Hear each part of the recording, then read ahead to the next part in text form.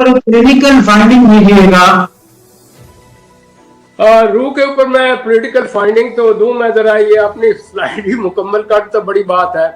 अच्छा, इसके दूसरी तरफ बताया, मैं इसकी स्लाइड को जरा मुकम्मल कर रहा हूँ आपके साथ। मुत्तकीन और जो प्रॉफिट्स हैं उन्होंने रोल ऑफ अचीवमेंट में क्या रोल अदा किया, और अल्लाह ताला ने बताया कि हमने उन्हें सब कुछ दिया, खाते पीते थे और चले गए और ये नाकाम किए। तो मेरे कहने का मतलब है वो देने वाला देगा। सूरत हूद में लिखा हुआ है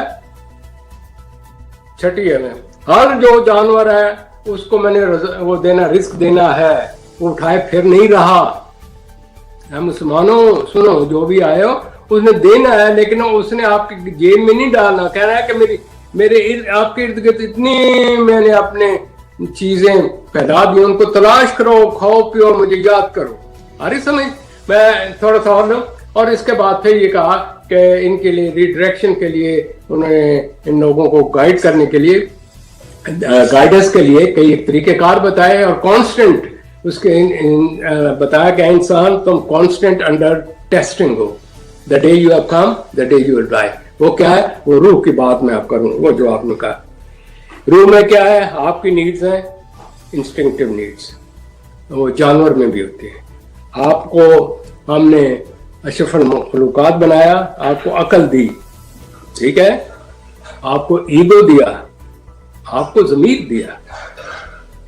आप उनको जज करेंगे, वो नहीं जज कर सकते। और फिर ये बताया कि जो इनको करेगा उसको नफ्स मुतमइन्ना, इत्मीनान और सुकून दूंगा इसी दुनिया में भी।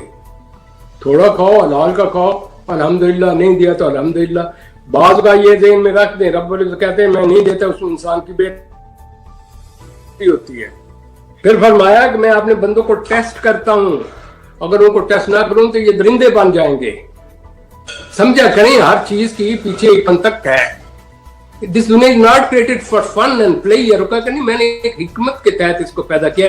तो ये जो रूह है जो इतनी अजीम है, उसको सब कुछ करने के बाद फिर आके उसके अंदर साइको फिजियोलॉजिकल एबनॉर्मेलिटीज पैदा होती हैं।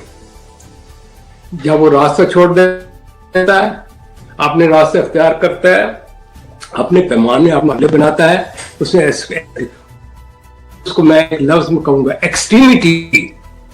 जो शख्स भी किसी एक चीज की एक्सट्रीमिटी पर जाएगा उसको एबनॉर्मल कहेंगे।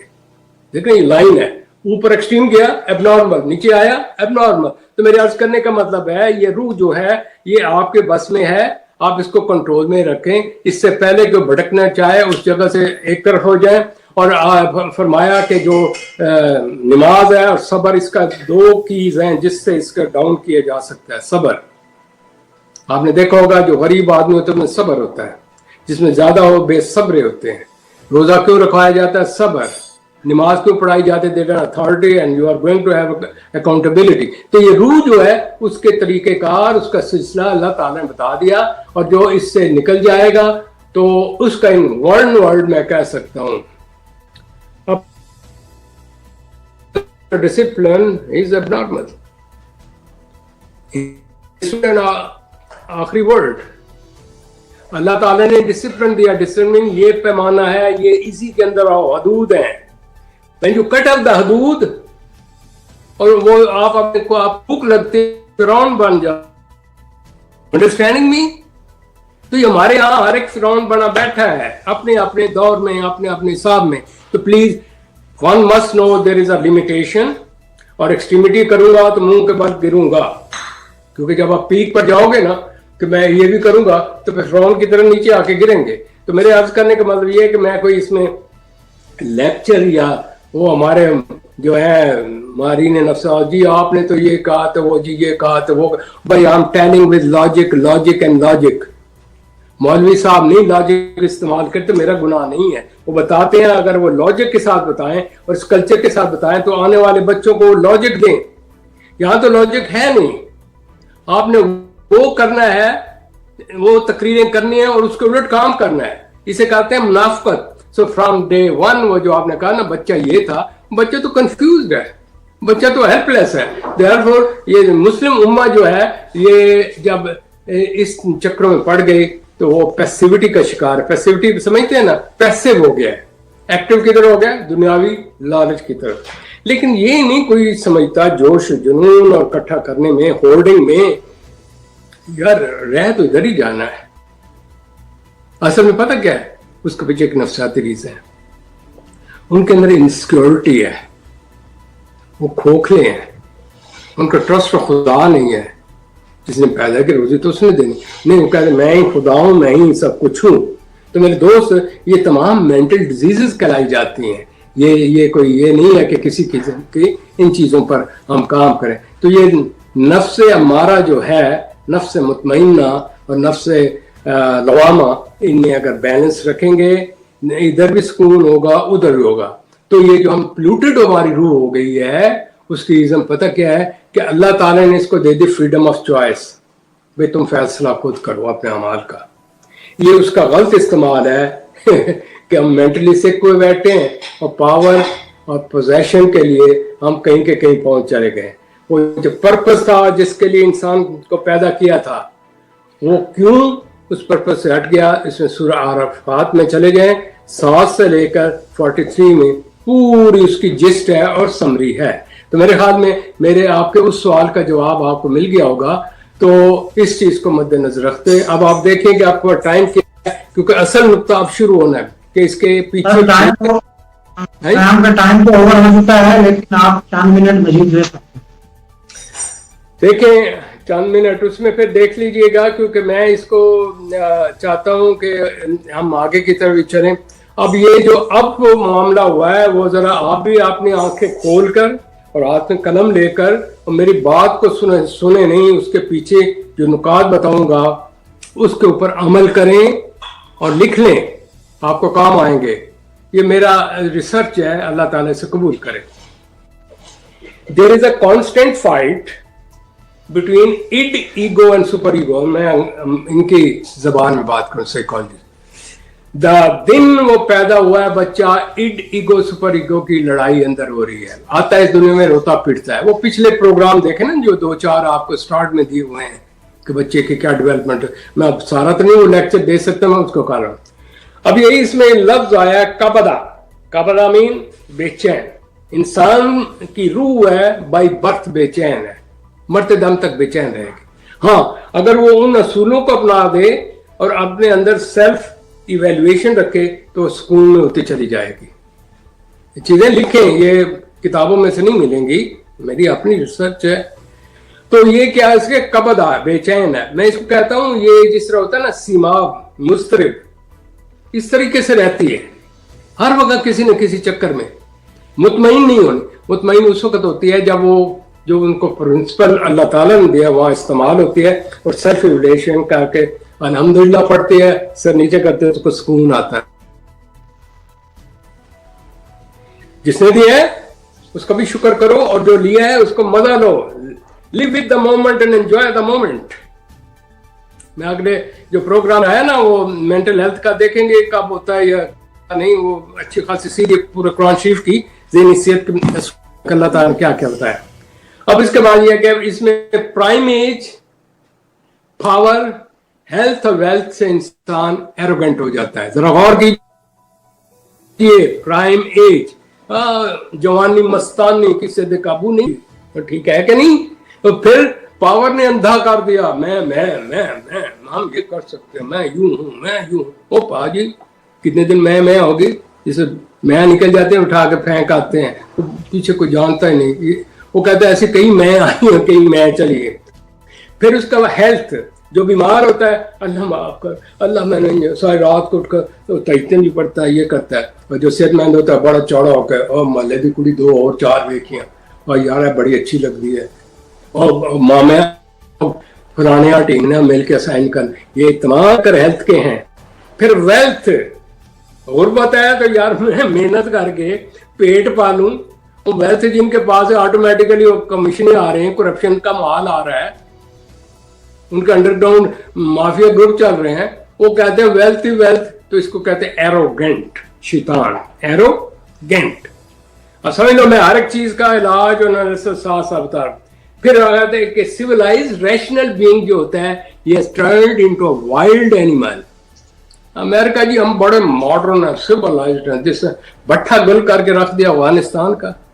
चस्के के लिए भेज देते हैं ड्रोन, बम्बार्डमेंट हो रही है इस तरीके से। आप इनका पहला नहीं दौर जानते, मैं यहीं पर हूँ, मैं सब कोई का पता है, ओ इनको सबको यूं करो, फलाने को पकड़ना, लिहाजा पूरे फलां मुल्क को खत्म कर। ये भी हमारे भी वो जनरल साहब, अच्छा जी या हमारे साथ हो या फलान का, इसे कहते हैं सुपर पावर। सुपर पावरें तो ऐसी दुनिया में बहुत से आई, बहुत सी चली गई। बरतानिया का सूरज नहीं गरूब होता था भाई मेरे।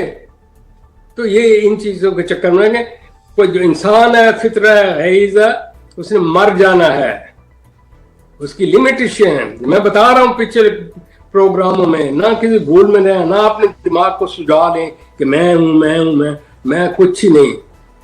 तवक्कल तो अल्लाह वाले जो होते हैं ना, उन्हें जो कुछ मिले उससे मस्त रहते हैं। आइए जी फिर इसका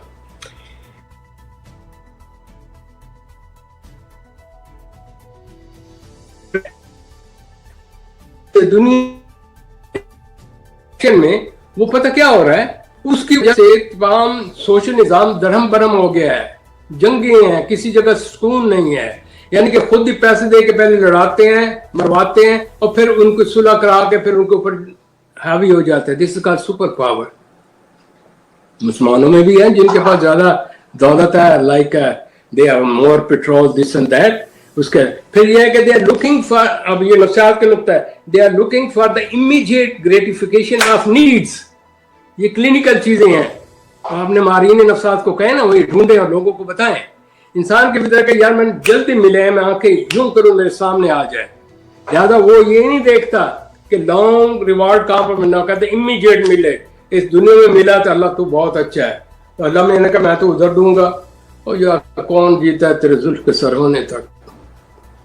और यार समझने की बातें, ऐसे नहीं होता कि आप बातें करें। फिर यह लुक, अच्छा फिर उसके बाद role of hierarchy and consequences. Hierarchy mean जितने आप ऊंचे चले जाएं उतने कॉन्सिक्वेंसेज आपको मिलेंगे, और उसकी मैं ज्यादा डेप्थ में नहीं जाऊंगा। इसके बाद impulsivity blocking reasoning power in a cultural setup, जिसका आपका जोश होता है, इम्पल्सिटी होता है जोश। जब जोश जो नहीं उठता है ना, तहस नहस कर देता है, रीजनिंग खत्म, कल्चर भी खत्म, दिस भी खत्म, दैट भी नहीं खत्म। और बाद में जनाब पैसा ले लो, और जी पुराने जी जज को जुडिशरी है ही ऐसी, और पैसे लेके जो इधर उधर करने को, मैं अमीर हूं जी, मैं ये कर सकता, और जी हमारे से कसास ले लो। और भाई उस वक्त का खोते खा रहा था आपका दिमाग। इम्पल्सिटी इम्पल्सिटी किस में होती है, मैं फिर आगे आके बताऊंगा। जिसमें पर्सनैलिटी इम्पावरमेंट हो, तो वही उसका बच्चा बड़ा ही नहीं हुआ, वो जुनूनी है, वो अंदर का वो माँ बाप का लाडला, जो कुछ किया माँ बाप ने कुछ नहीं कहना, कहते दुनिया में जो मर्जी करते हो कुछ नहीं कर, हमें कोई पकड़ ही नहीं सकता। वही are the super power. Try to understand, I am talking about the root, मैं किसी और चीज की बात नहीं कर रहा। ये अंदर वाली पावर जिसकी वजह से हम जिंदा हैं, जिसके पीछे मैं लेक्चर दे चुका हूं, इलेक्ट्रिसिटी है, पावर है, दिस है दैट। दोस्तों अहबाब, ये प्रोग्राम जो हम आपके सामने पेश किया था, ये बेसिकली खुदा, इंसान और कुरान शरीफ का बाहमी ताल्लुक था, जिससे कि हम अंडरस्टैंड कर सकें कि इंसानी फितरत क्या है। लिहाजा इसके एंड पर मैं आप लोगों से, तमाम स्कॉलर्स और माहिरीन नफ्सियात से अर्ज़ करूँगा कि इस सिलसिले में ये कुरान शरीफ बेस्ड नॉलेज है, ये मेरा ज़ाती नहीं है। अगर इसमें कुछ ज़्यादा आप देखना चाहें तो ये मेरी एक बुक है, psychological foundation of the Quran, volume 2, उससे देख सकते हैं। या रिसेंटली ये है रिसर्च रू पर और दीगर मुख्तलिफ किस्म के जो इंसानी फितरत के मुतल्लिक है, इसका है glimpses of human nature and Islamic guidance for piece. तो इन चीज़ों को मद्देनजर रखते हुए अल्लाह ताला ने जो इंसान की फितरत के ऊपर इंसान को तख्लीक किया है, तो उस सूरत में कुरान शरीफ में इसका जिक्र है।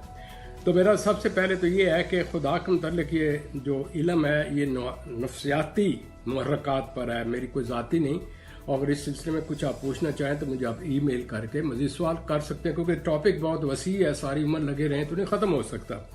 इसमें हमने देखना यह है कि इंसान बेहतरीन तौर पर पैदा हुआ, अशरफुल मखलूक़ात था, कुरान शरीफ में जिक्र है, लेकिन ये ऐसा ऐसा पस्ती की तरफ चला गया।